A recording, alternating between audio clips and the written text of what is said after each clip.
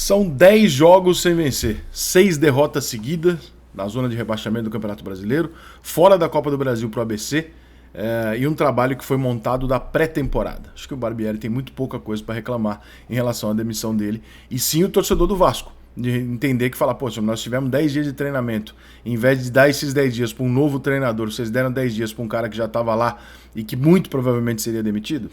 Aconteceu aquilo que a gente imaginava. Era um cenário que o Vasco tem agora 6 jogos, agora 5, onde o Vasco tem tudo para pontuar e sair dessa situação. No primeiro jogo, o Vasco tem um período de treinamento, vai lá e perde o jogo dentro de casa. Não é nem que empatou, não, fez até um primeiro tempo razoável, mas perde o jogo dentro de casa.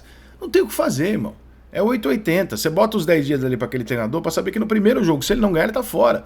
E agora, no intervalo de um jogo pro outro, o Vasco vai ter que se virar com o treinador e tal para usar o melhor momento dele na tabela do campeonato, que é exatamente agora, o momento mais fácil, entre aspas, pro Vasco sair de uma zona de rebaixamento durante o campeonato, é exatamente na sequência de 6 jogos que nós estamos tendo agora.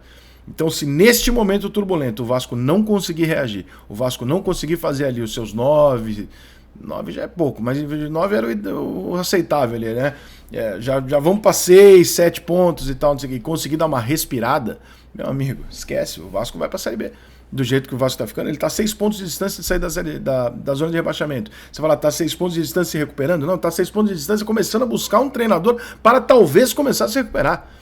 Olha a lentidão no processo. Então, assim, sabe, eu entendo que é um primeiro ano, que vão cometer erros e acertos, etc., mas a contratação do Barbieri é um erro. É absolutamente incondizente com o investimento que o Vasco fez. O Vasco foi lá com a 777, botou um dinheiro, montou um time, que eu não acho um time ruim, não acho mesmo um time ruim, montou um time e tal, não sei o quê, e trouxe um treinador de 41 anos que dirigiu pro Bragantino, que não é um treinador que tem história, que tem, sabe, que tem títulos, etc. Tu bota um cara ali que é uma puta de uma ponta de interrogação. Você não tem ideia do que esse cara vai fazer. A única ideia que você tem é que desde o primeiro jogo, em janeiro, até o metade do mês de junho, que nós estamos agora, meu irmão, os resultados são horrorosos. E em nenhum momento assim, o Vasco teve oportunidade de mexer nisso. Mas internamente o Vasco tá vendo que o trabalho tá evoluindo. Puta que eu pariu, mas tá evoluindo em que ritmo? Porque nesse ritmo aí, em 2025, o Vasco dá uma melhorada e ganha 2, 3 jogos. Não é possível. Então, assim, a demissão do Barbieri é absolutamente justa, incontestável.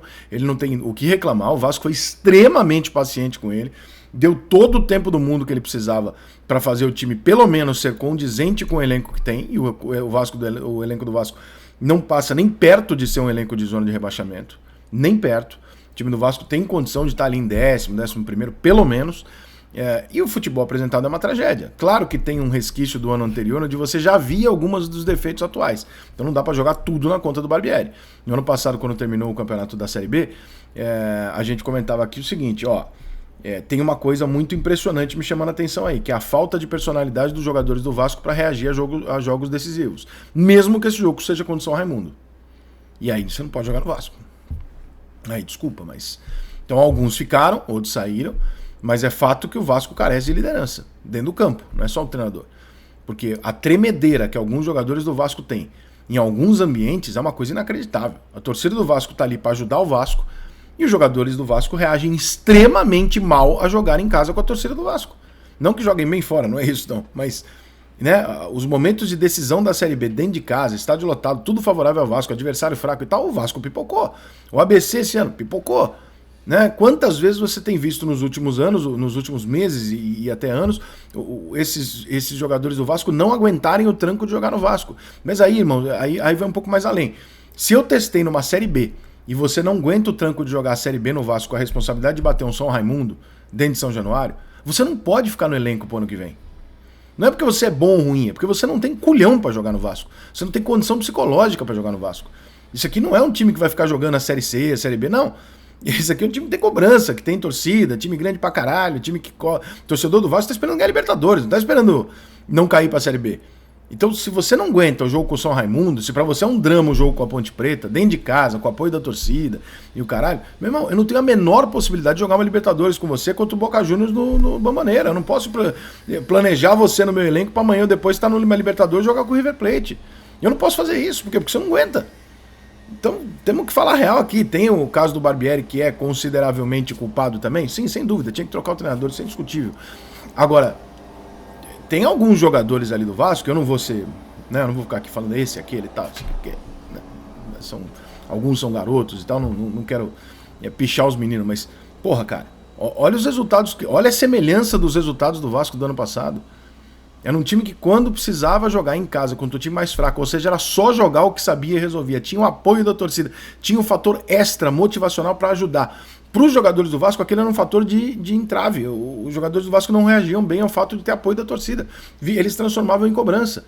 E se eles não podem lidar com isso, identifique, pelo amor de Deus, 777, Vasco, seja eu, Luiz Melo, sei lá eu quem que é o cara responsável por isso, identifique quem são esses caras e mete o pé.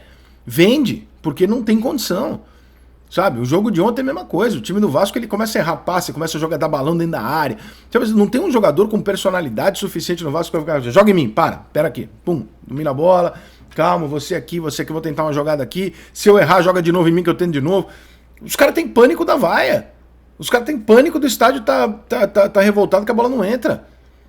Porra, eu sei que a situação é difícil, que os jogadores não são culpados pelos últimos 15 anos do Vasco. Eu sei que a torcida às vezes vai em cima deste elenco em relação aos que faz 15 anos que o Vasco não ganha nada, eu vou xingar esses jogadores. Eu entendo, mas também os jogadores quando chegaram ali sabiam que eles estavam jogando no Vasco e não na Ponte Preta, não num time com uma torcida menor, com uma pressão midiática menor. Você está jogando num time gigantesco, que vai ter, cada passo seu vai ter uma repercussão. Se você não pode com isso, você não pode jogar no Vasco e você não pode nem sonhar em um dia jogar na Europa, seleção, etc, etc. Então você é um jogador para estar do outro lado, é para estar no São Raimundo, não no Vasco. Então acho que a diretoria do Vasco precisa identificar essas duas coisas. Primeiro, quem é o treinador que o Vasco vai buscar agora no mercado, que perfil de treinador que o Vasco vai buscar, qual é a emergência disso, né? E que seja um treinador de peso, de nome, porque o Vasco não pode brincar com essa possibilidade de rebaixamento, e principalmente olhar para o elenco e fazer identificar nos últimos meses, e não é difícil identificar, quais foram os jogadores do Vasco que simplesmente não suportaram jogar partidas em casa onde o Vasco tinha que ganhar.